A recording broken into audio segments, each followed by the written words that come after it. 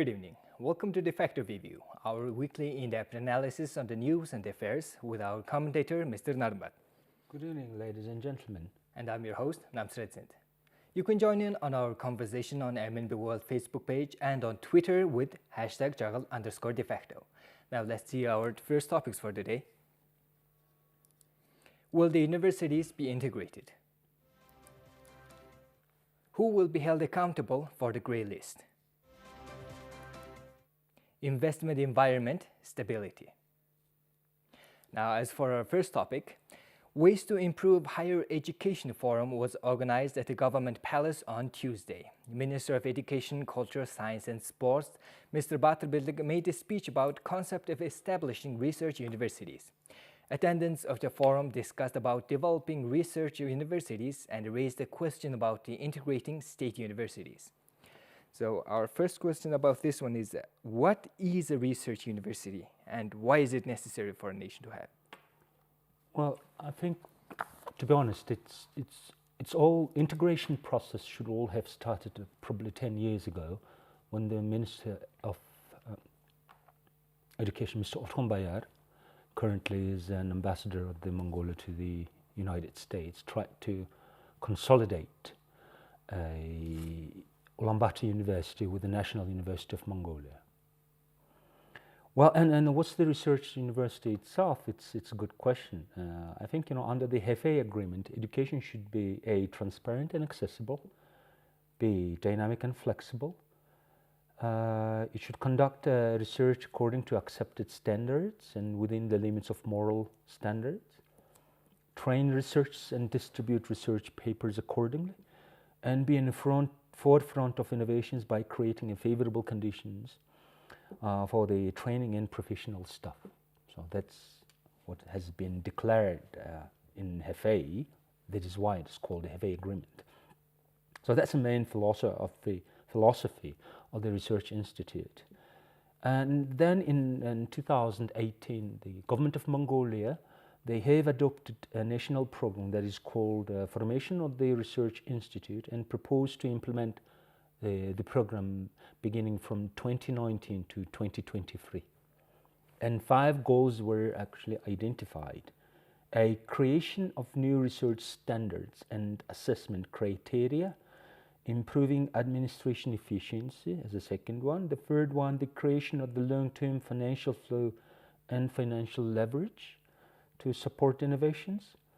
The fourth, development of a scientific and innovation complex. And the last one, creating an ecosystem of partnership between scientists and investors. Right. So how does it differ from a regular university? Well, it's quite different, to be honest. In my opinion, it should be a think tank of the education industry in Mongolia. Because if you look at the Mongolia now, at the statistics, there are, for a small and tiny country of 3.2 million, there are 94 universities. It's a bit an overstretch, to be honest, in my opinion. And on the other hand, if you look at the quality of education, it requires a lot of improvement. And the formation of the research university was just a matter of a time, sooner or later. So what does integration or consolidation mean actually, and what will happen if the universities are integrated? Well, speaking in a simple and a plain English, consolidation means that we will try to consolidate all the administrative and financial resources to improve existing higher education. Right. And by doing so, we are trying to improve the quality of the Mongolian recruits and students to be competitive in a global society. That's the main motto. But if you look at now at the methodology, not only the universities, but the primary schools, secondary schools, it comes from a history of 16th, 17th century, where by the time the innovation in education was not welcome at all. Right. Look at the Nicholas Copernicus, he got burned just because he said the Earth is orbiting across the sun, right? And But here, at the courtyard, we are living now in the 21st century. So education itself, should be adapted to the new needs and needs of the economic growth and the technology, which we are failing now to do so here in Mongolia. So we always lose good teachers and professors to foreign schools. So what must we do to prevent this, and what does other countries do to prevent this? For example, maybe they have low wages. Well, it's a good brain drain, right? I think, if you look at the brain drain, it's happening mostly in developing countries. I think no one is living a developed country. Statistics very low out there. But let me come back to a second point where we all need to understand that the root independence and competitiveness of Mongolia is depend upon education system. It's beginning from the preschool, K-12, and higher education. Without that, we will indefinitely fail to be competitive in a global market. That's one thing. The second thing, not everyone to be destined to be a lawyer or entrepreneur or a programmer, right? The purpose of the individual is, first of all, to find himself, his own virtues. And the education system is to help to find yourself, right, in order to realize yourself in a society. That's what we are failing to do so. And this is what the consolidation is all about. And coming back to your questions, about the brain drain, there is an interesting statistics if you look at it. There is a very reputable portal called Web of Science. And at the Web of Science, if you look at, back in 2014, there were only 27 scientific publications out of Mongolia submitted to a Web of Science. But now in 2019, there are over 480 publications. So what does it tell you? It tells the basic educational system is there. The basic potential is out there.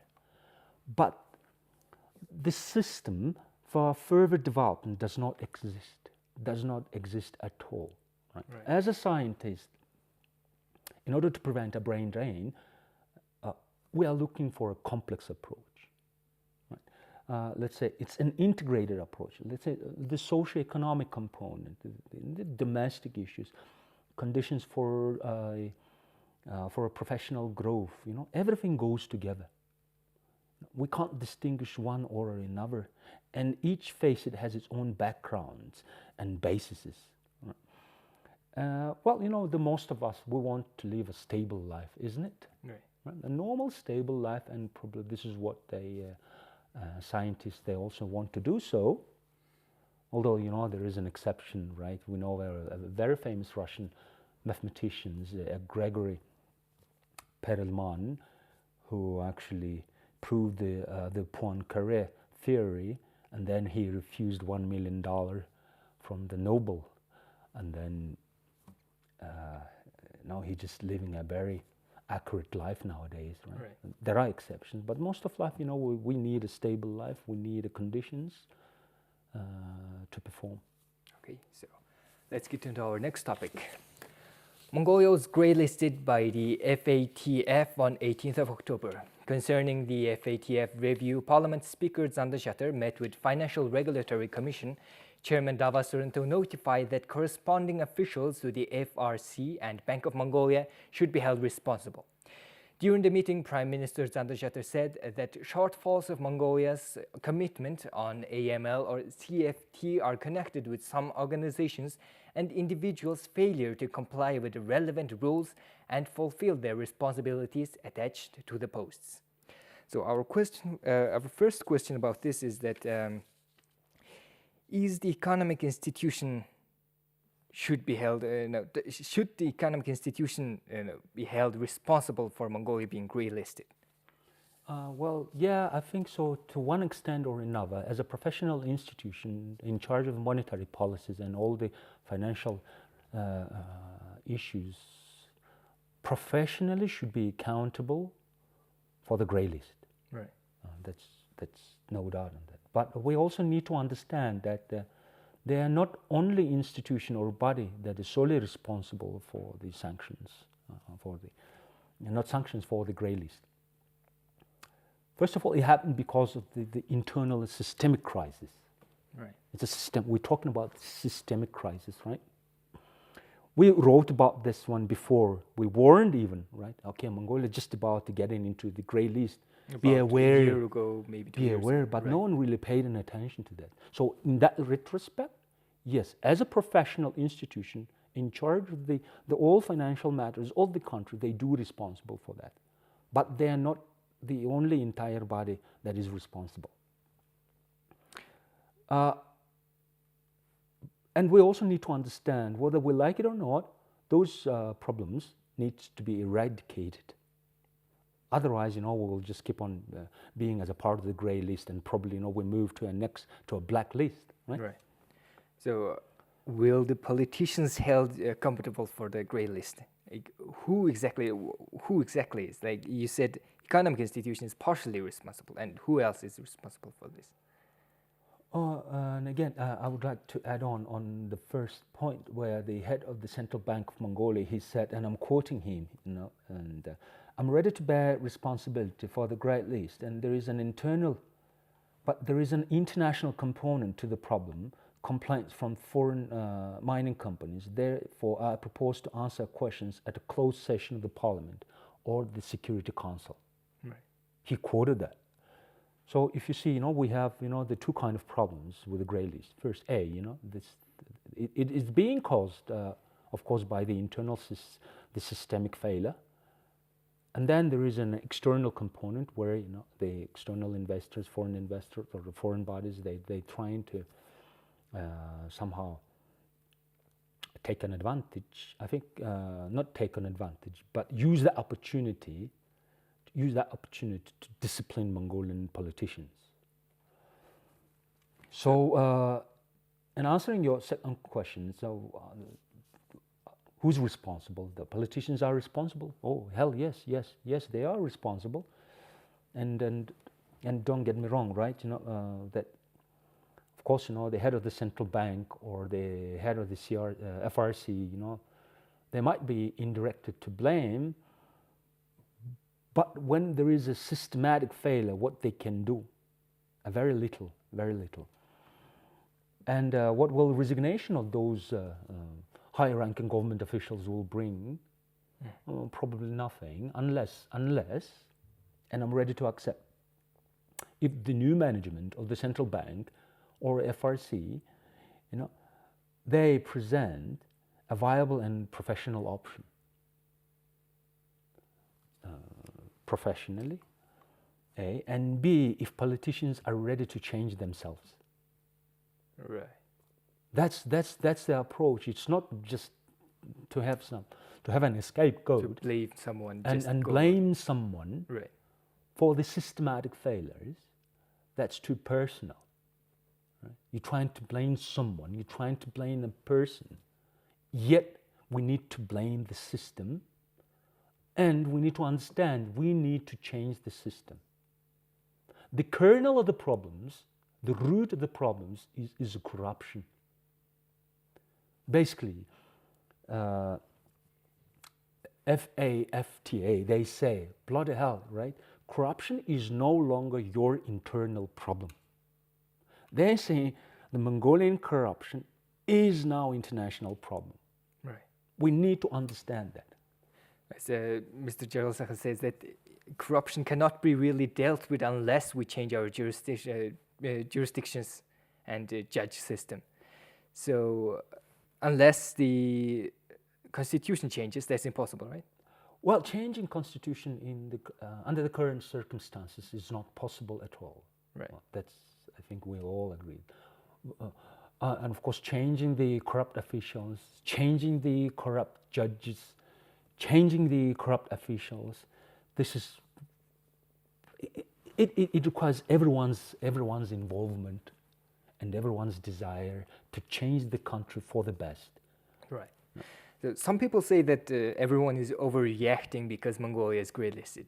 is that like why are they saying that? Is it not really not a big problem? Well, overreacting. It's. I wouldn't call it overreacting. They're trying to politicize too much. Right. Yeah.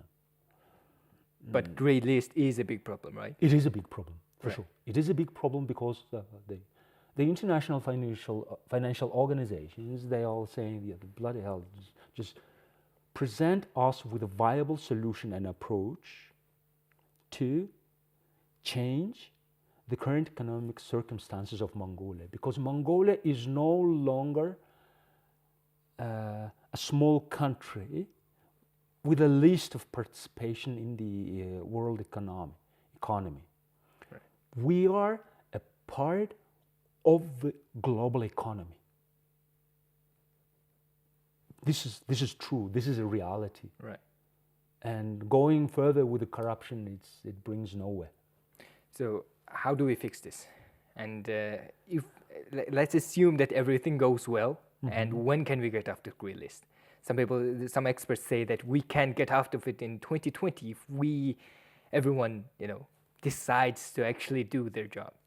Well, U.S. ambassador, he specifically said, Mr. Klichinsky, he said, I would like Mongolia to stick to a financial discipline and political discipline before the election. So he's already conveying the message back again to Mongolia. Right. Don't overreact. Yes, we have a problem. Try to present a viable and a long-term solution to fight against the grey list, or to get out of the grey list. So what are the possible solutions, in your opinion? Discipline. Yeah. Sticking to a discipline. This Mr. Klichinsky already said, stick to a discipline. Discipline against, corrupt officials. Yep. So how do we get rid of them? As you said, all of them, if we work together, we can do that. Public should work more closely, and public should be a watchdog. Because the politicians, they know way, right?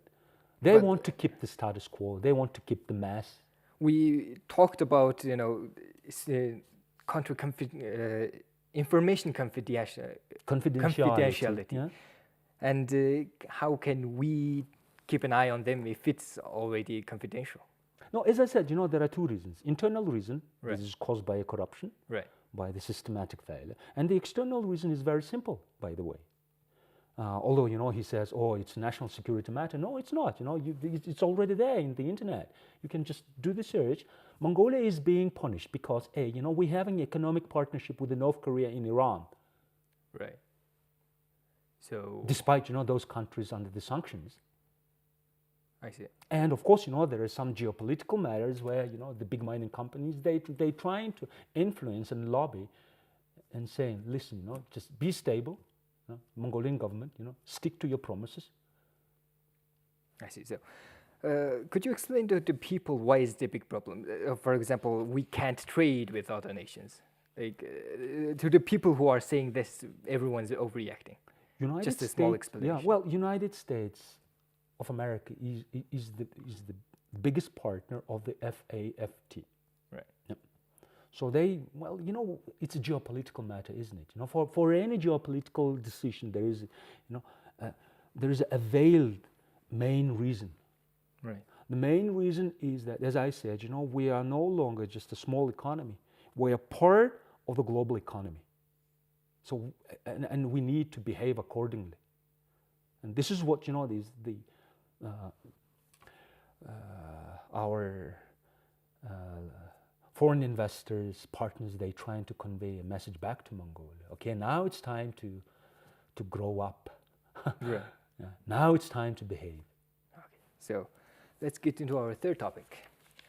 Mongol Bank organized Investment Environment Stability Conference on the occasion of the 95th anniversary of the establishment of banking sector in Mongolia on 22nd of October.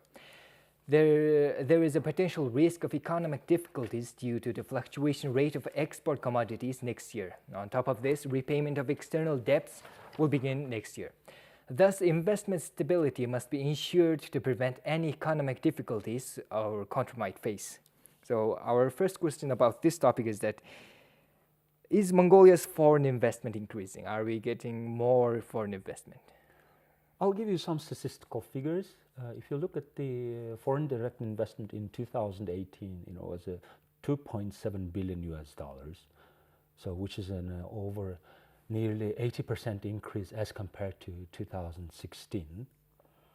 The GDP this year will be around 6 to 8%.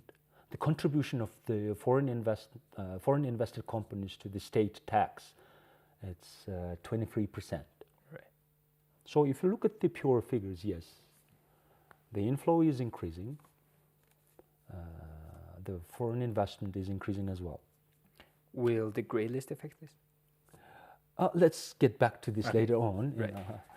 But we need to understand that there is a debt obligation from 2020 to 2024, where Mongolia need to close a payment of $14 billion. Right. Our economy is only 10 to 12 as of today. So we need to at least double, if not triple, the economy in order to pay back all those external debts. Right. Otherwise, that will be a problem. And as a foreign investor, let me ask you a question. What is a main concern for a foreign investor for a particular country? The stability of the Bingo, you just nailed it. parliament. Yeah, predictability and social stability. And by social, I mean political stability, social stability. Right. That's the main concern, which is, and those two critical matters for a foreign investor are failing. We are failing to deliver on those 2 points. Mongolian economy is already, hit the top. With that pace, with that attitude, it will not grow. Right. That's a scary thing. It will not grow. So we need to diversify. We need to change ourselves. That's the main message, and that's a message from the grey list. FAT. Yeah. FAT. So will it affect the investment? What? Because we are grey listed, will the foreign countries cut off their investment or? Well, that's $1 million question, isn't it? Right. Yes and no. Yes and no. Yeah. Yes, it will affect to an extent, because let's look at the mining industry. It's a very capital-intensive business. Right. It requires a lot of investment. And when country is not stable, when it's not predictable, well, no one will invest. That's the main message. Mm-hmm. But if country is predictable and working according to internationally accepted standards, then any investor, not only in the mining, in a service, in information technology, in any sector. In any sector, they will come in. They Right. will come in. So we always do these conferences, and what are the results? How do you evaluate the results of this conference? We held in too much of conferences and forums recently. Right. Do you agree with that? Yeah, of course, and there is no result. They just talk. It's the same people, same messages, just from one conference to another. I would like to see that the government, they change the format nowadays, or to the new forums and conferences where we all know the problems and we know the solutions, but we are not delivering on those solutions. I would be more than happy to attend the conference or any forum if government says, all right, this is a problem, and this is a solution, and this is what we did it, and this is an outcome, and this is the next set of actions. All forums and conferences are mainly focusing on the first 2 points, the problem statement, Right. yep, and the solutions. But no one is talking about the concrete actions. We want actions nowadays. Enough talking. And how can we affect the government to take that action? Obviously, these conferences are not working. Well, this is a systematic approach that goes from A to Z from preschool to secondary school, to higher education, to the employees, to the employers. We're talking about creating a predictable society where everyone, including the foreign investors, they feel comfortable to invest, Right. and they feel comfortable to live. No one will invest in an unpredictable and hostile environment. Will you? Never. That's just throwing money away. Yeah, neither I. I won't. Right. Look at the Syria nowadays. Look at the countries with the big political instability. They're not growing. So we need a predictable society. We need a predictable and stable society where everyone is accountable for their actions, whether you're a normal worker or a high-ranking politician. This is what we are trying to create. And this is, and FATF message, including Mongolia into grey list, somehow it's also indirectly says it's time to change, it's time to grow for Mongolia now. Because Mongolia now is a part of the global economy. And the investment environment is always being discussed among government members. And has there been any tangible changes in the recent years? Yes, we've seen some improvements, good improvements, of Right. course. Yeah, we've seen new faces, new people coming into the fresh graduates. I also mentioned last time, the younger generation, they're different than us. They're really different. No, we grew up in a country where there was. We tried to own, that was called an ownership economy, right? Right. You guys are moving towards the shared economy, shared culture. We're sharing knowledge, experience. Your success will be far more required than for us. We old lads, we live in an environment where the party, people, teachers, whoever, they try to own us. Right. So it's changing. It's after the 30 years of the free democracy and a free market, now it's time to change. Now it is a time to change. Otherwise, we will fall far behind, the other developing nations. We want to be in the forefront of the nations, right? Because Mongolia, we do have a great potentials that are not being utilized properly, and because of the systematic failure. And that the approach should be systematic. It's just about methodologically dealing with the system errors, not just popping up here and there and disappearing. It is time to grow up. This is what I wanted to convey back. Right. And how do we implement that? It starts from us. It starts from tiny small things. Should everybody be part of it? And Absolutely. how do we, call everyone to change this? Because most of the young people, I don't think they are really interested in politics. It's not Above about all. being interested in politics. It's about having a desire to change, to make Mongolia a better off place. And this is, as I said, it's systematic approach. Right. From preschool, where teachers, they're trying to convey to 3-year-old, 4-year-old that Mongolia is a great place to live. Mongolia has enormous potentials. So it starts from the kindergarten. Yep. From, almost programming the people. Yes. Okay. So, Yes. okay, So this is what the FATF is trying to say. Grow up, Mongolia now. right. Yeah? Okay. Grow up. Thank you for that. Yep, thank you. Unfortunately, that is all the time we had for today. Thank you for staying with us. We will see you next week with more topics. Thank you for listening to us, and see you next week.